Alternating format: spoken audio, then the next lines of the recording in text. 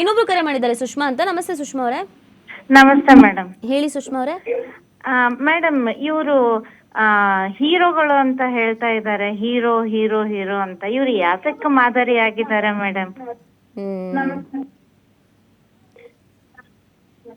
ಹೇಳಿ ಸುಷ್ಮಾ ಅವರೇ.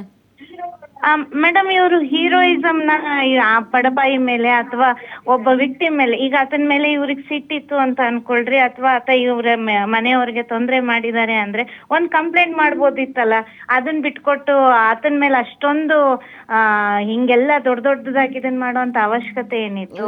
ಅದನ್ನ ಈ ಫ್ಯಾನ್ಸ್ ಗಳೆಲ್ಲ ಸಮರ್ಥನೆ ಮಾಡೋಂತ ಅವಶ್ಯಕತೆ ಏನಿದೆ? ಆತನು ಒಂದು ತಪ್ಪು ಮಾಡಿದಾನೆ, ಅವನಿಗೆ ಆಗ್ಬೇಕಾದ ಶಿಕ್ಷೆ ಆಗುತ್ತೆ, ಅದನ್ನ ಮೀಡಿಯಾ ತೋರಿಸ್ತಾ ಇದೆ, ಅದ್ರಲ್ಲಿ ಏನ್ ತಪ್ಪಿದೆ? ನಮ್ಮ ಪ್ರಶ್ನೆ ಅದೇ ಸುಷ್ಮಾ. ಕೆಲವ್ರು ಹೇಳ್ತಾರೆ ರೇಣುಕಾ ಅವರನ್ನ ಅಮಾಯಕ ಅಂತ ತೋರಿಸ್ಬೇಡಿ, ದರ್ಶನ್ ಅವರನ್ನ ಕೊಲೆಗಾರ ಅಥವಾ ಕೊಲೆಗಟ್ಟಕ ಅಥವಾ ನಿಮ್ಮ ಕಟುವಾದಂತ ಭಾಷೆಯಲ್ಲಿ ನಿಂದಿಸ್ಬೇಡಿ, ನಮಗೆ ಬೇಜಾರಾಗತ್ತೆ ಅಂತ. ಯಾಕೆ ನಿಂದಿಸಬಾರ್ದು? ಅವ್ರೊಂದು ಮಾಡೆಲ್ ಅಲ್ವಾ? ಅವ್ರು ಮಾಡೆಲ್ ಆಗಿರೋದ್ರಿಂದ ಜನರಿಗೆ ವೀಕ್ಷಣೆ ಮಾಡ್ತಾ ಇರೋರಿಗೆ ಅನ್ಕೊಳ್ರಿ, ಜಗತ್ನಲ್ಲಿರೋ ಜನರಿಗೆ ಅನ್ಕೊಳ್ರಿ, ಎಲ್ಲರಿಗೂ ಇವ್ರು ಮಾಡಿರೋ ತಪ್ಪು ಗೊತ್ತಾಗೋದ್ರಲ್ಲಿ ಏನ್ ತಪ್ಪು? ಇದನ್ನ ಮೀಡಿಯಾ ಹೊರಗಡೆ ತರೋದು ಪ್ರಯತ್ನ ಮಾಡ್ತಾ ಇದೆ, ಪೊಲೀಸ್ ಅದ್ರ ಬಗ್ಗೆ ತನಿಖೆ ಮಾಡ್ತಾ ಇದೆ, ಅಥವಾ ಅದ್ರ ಸತ್ಯಾಸತ್ಯತೆಗಳನ್ನ ಹೊರಗೆ ಎಳೆಯ ಪ್ರಯತ್ನ ಮಾಡ್ತಾ ಇದ್ರೆ ಅದೇನ್ ತಪ್ಪು?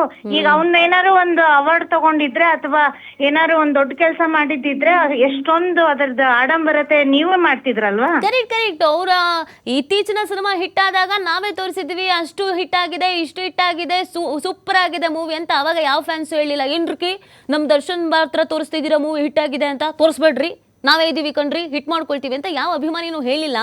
ಬಟ್ ಈಗ ಈ ತರ ಕೇಳ್ತಾ ಇದ್ದಾರೆ, ನಮಗೂ ಅದು ಆಶ್ಚರ್ಯ ಅಂತ ಅನಿಸ್ತಾ ಇದೆ. ಥ್ಯಾಂಕ್ ಯು ಸುಷ್ಮಾ ಅವರೇ. ಇನ್ನೊಬ್ರು ಕರೆ ಮಾಡಿದ್ದಾರೆ ಕೊಪ್ಪಳದಿಂದ. ನಮಸ್ತೆ. ನಮಸ್ತೆ ಮ್ಯಾಮ್. ಹೇಳಿ. ನಾವು ದರ್ಶನ್ ಬಗ್ಗೆ ಮಾತಾಡ್ತೀವಿ. ಹೇಳಿ ಹೇಳಿ ಹೇಳಿ. ಅವರು ಬೇರೆದವರಿಗೆ ಶಿಕ್ಷೆ ಕೊಡೋ ತಪ್ಪಲ್ವಾ? ಹೌದ್ರಿ. ಹೌದು. ಅವ್ರಿಗೆ ಮತ್ತೆ ಇನ್ನೊಬ್ಬ ಮಗ ಇದ್ದಾನೆ, ಇನ್ನೊಬ್ಬ ಮಗನ್ ನೋಡಿ ಮರಿಬೋದನ್ನೋ ಇದನ್ನು ಇಲ್ಲ. ಕರೆಕ್ಟ್. ಹೌದು, ರೇಣುಕಾ ಅವರು ಒಬ್ರೇ ಮಗ. ಒಬ್ರೇ ಮಗ, ಅವ್ರು ಒಬ್ರೇ ಸತ್ತೆ. ಪಾಪ ಚಿಕ್ಕ ವಯಸ್ಸಲ್ಲೇ ಅವ್ರಿಗೆ ಯಾವ ತರ ಆಗಿರೋದು ತುಂಬಾ ಅನ್ಯಾಯ ಅಲ್ವಾ? ಅವ್ರಿಗೆ ಪಾಪ ಅನ್ಬಾರ್ದಂತೆ, ಅವ್ರಿಗೆ ಮುಗ್ಧ ಅನ್ಬಾರ್ದಂತೆ. ಅದೇ ನಾವು ದೊಡ್ಡ ಅಭಿಮಾನಿ ದರ್ಶನ್ ಅವ್ರು. ಸರಿ, ಅವ್ರು ಮಾಡಿರೋ ತಪ್ಪಲ್ಲೇ ಒಂದು ಹೆಣ್ಣಿಗೋಸ್ಕರ ಇನ್ನೊಬ್ರಿಗೆ ಹಿಂಸೆ ಮಾಡೋ ತಪ್ಪಲ್ವಾ? ತಿಪ್ಪಮ್ಮ ಅವ್ರೆ, ನೀವು ಅಭಿಮಾನಿ ಆಗಿದ್ರ ದರ್ಶನ್ ಅವರಿಗೆ? ನಾವು ಅಭಿಮಾನ ಆಗಿದ್ವಿ, ಈ ತಪ್ಪೇ. ಅಭಿಮಾನ ಆದ್ರೂ ದರ್ಶನ್ ಮಾಡಿರೋ ತಪ್ಪೇ. ಓಕೆ.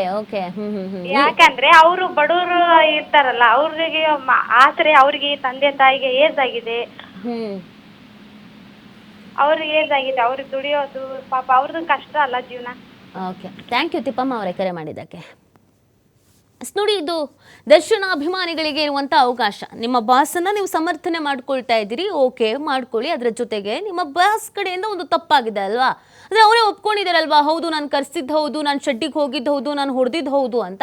ಹೀಗಿರಬೇಕಾದ್ರೆ ನೀವು ನಿಮ್ಮ ಬಾಸ್ ಕಡೆಯಿಂದ ಆದಂಥ ತಪ್ಪನ್ನು ಈಗ ಹೇಗೆ ಸರಿ ಮಾಡ್ಕೊಳ್ತೀರಾ? ವಾಪಸ್ ರೇಣುಕಾಸ್ವಾಮಿ ಜೀವ ಅಂತೂ ತರೋದಕ್ಕಾಗಲ್ಲ, ಬಟ್ ಅವರ ಮನೆಯವ್ರ ಜೊತೆಗೆ ನೀವು ಮಾನಸಿಕವಾಗಿ ನಿಂತ್ಕೊಳ್ಬಹುದು, ಧೈರ್ಯ ಹೇಳೋ ಕೆಲಸವನ್ನು ಮಾಡಬಹುದು.